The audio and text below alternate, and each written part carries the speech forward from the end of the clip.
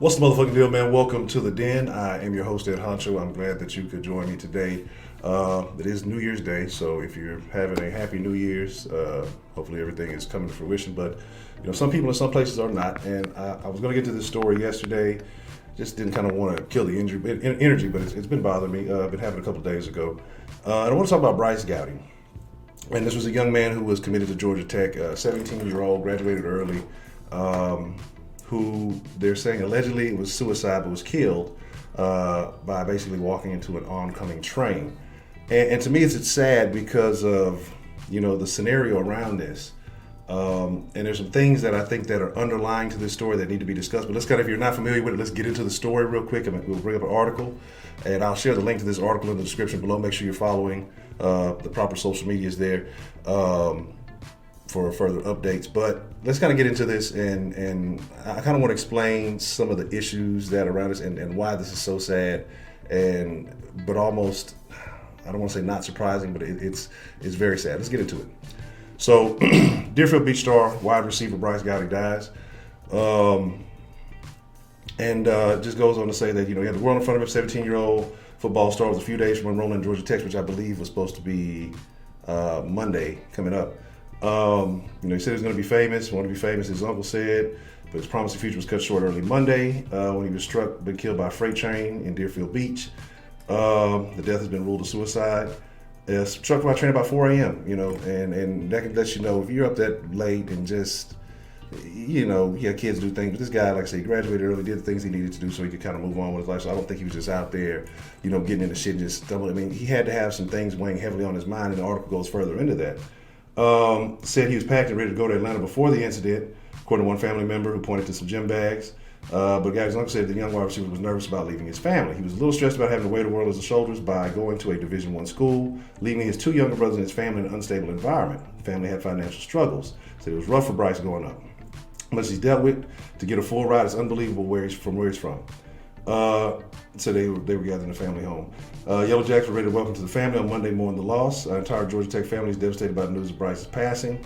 And they go on to say, on behalf of coaches, players, staffs, and they said that him and his family be a part of the community. Like I said, I'm just going to run through this quickly. I don't want to read the whole thing. He was a Super 11 pick before his senior season, ranked number 6 senior prospect in Broward County before the season. So he was a good player, and it's really irrelevant how good he was. The loss of any young life, whether he's an athlete, whether he's a student, whether it's just anybody, unnecessary is terrible. But let's talk. I want to get into why here in just a second. Reached the state semifinals this season. Before the state semifinals, got a 12 catches for 97 yards, 3 scores on offense, 15 tackles and interceptions on defense. Played both ways. And again, like I say, the sports part of it is really annoying. I mean, not annoying, but unnecessary. It doesn't really matter. He was one of the guys who were getting ready pregame, getting fired up, so you can tell he was a leader. They show that these are just teammates showing angles on social media. Like I say, if you want to get into all the details of that, you can do all that. But it said Bryce Gowdy graduated high school early so he could be an early enrollee at Georgia Tech. Football players do this in part to be on campus for spring football practice and all of that stuff to acclimate to their environment. But like I said, all of this is unnecessary. I kind of want to get into, like I said, my thoughts on this. And, this is why I've been preaching the family dynamic so much more when we talk about certain things. And again, I didn't hear anything about a father in the situation. I don't know about, all of that stuff. But I'm not saying this to knock single moms or anything. But what happens with a lot of young men, especially in your fatherless home, they get rushed early into being men. They get rushed early into being, leaders and feeling like they have to take care of the household for something that they were born into, not that they brought into the world. And I'm wondering how much of that, they said he was worried about his younger brothers and him going to be in Division I college and his family was going to be back home struggling, and that weighed on him, like not being able to do anything about it. And I can understand his perspective, if you feel like you're a leader amongst your teammates, you feel like you're a leader, but you can't do anything to help the situation you have at home. And these are things that weigh heavily upon young men. And I'm not even saying he did it in the positive way, and unfortunately, it weighed too heavily upon him. But, that's why a lot of young men in households end up selling dope, selling drugs, and all this stuff because they get pushed into, well, I got to be the man. There's no man around. I got to be the man. I got to be the one to take care of mom or my family or all these things. And generally, they get pushed into the quick, fast, and in a hurry method, which generally means something that's not beneficial. Usually they're not going to college route. Usually it's not something that could have long-term success.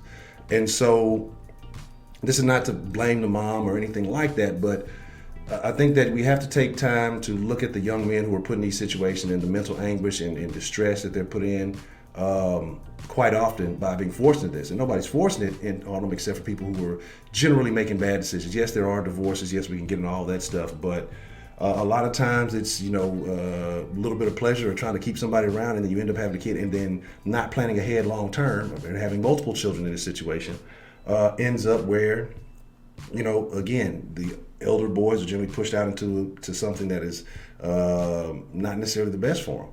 And again, I just find it extremely unfortunate for this young man. I find it's really a sad situation, because we recently talked about the young lady in Baltimore. We've just been talking about situations where, especially young black people who are doing positive things. And again, this is no one in the community. This is just his circumstances that weighed heavily upon him. And another article it mentioned somewhere about, homelessness and things like that. So I could understand, hey, I'm going to go somewhere. I'm going to have, my situation kind of made for me, and I'll be thriving and excelling, while back home, my mom and my two younger brothers, they're struggling to just to make it, and to think, maybe 3 or 4 years out, and that's if you're lucky to go to the NFL, depending on what kind of degree you like, it can be hard to fathom. It can be hard to imagine, like, how will this thing really sustain itself? And so I say all this to come back to the importance of the family structure, because when that family is structured correctly, you have a male, a female, head of household, and children raised under both ends, or multiple incomes, whatever it is. I think it starts to minimize a lot of these situations, because then that pressure is not put all the way on the young man to become a man so fast to have to take care of responsibilities that someone else brought into this world.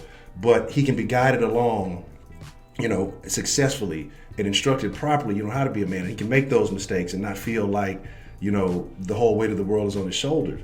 So again, this is not to knock anybody. This is just my perspective. If you agree or you disagree, feel free to hit the comment section below. But like I said, I just wanted to share my thoughts on this, and really my condolences to the family, to just to everyone involved in this. I mean, because it seems to be a loss for the whole community. But again, it's unfortunate that Mr. Gowdy, who looked to have such a promising future ahead of him, and I'm not talking about, again, the football, but just the chance to get a higher education and maybe do something better for yourself.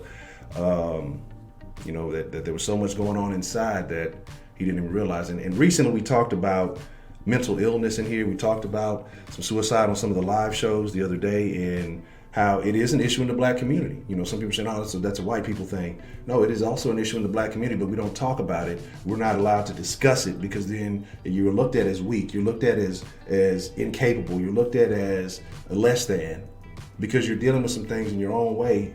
And it could be a conflict, especially between doing the right thing and the wrong thing, even though a lot of it is encouraged, just do whatever you got to do, as opposed to me, maybe want to be have integrity in the actions that you have. It can be just situations that you were placed in that you don't know how to cope with. I mean, it can be a lot of things, but we're not allowed to talk about it. We're not allowed to look at it or dive deeper into things, especially young black males, period, are expected to just deal with it.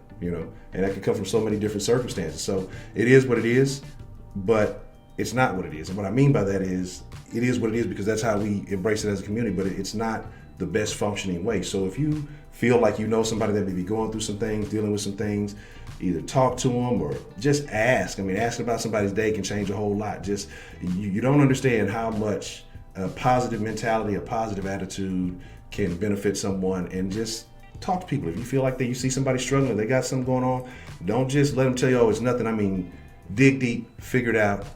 It could be the difference between life and death. So again, I'm Ed Honcho. If you want to follow the Den Show, hit the like button, hit the subscribe button. Again, Happy New Year's. This is recorded on New Year's Day. Make sure you're following Den Show Live on Facebook. I'm joining the Facebook group. You like the Facebook page, join the Facebook group. Ed Honcho on Twitter. Ed Honcho HTX on the gram. And like I said, I've taken all my stuff off my phone, but I will be still updating all the information, via the PC and all that other stuff. The phone just generates too many distractions. But again, my condolences to Mr. Gowdy, my condolences to Mr. Gowdy's family. And on the flip side, man, I thank all y'all for being here. And until next time, I'm out.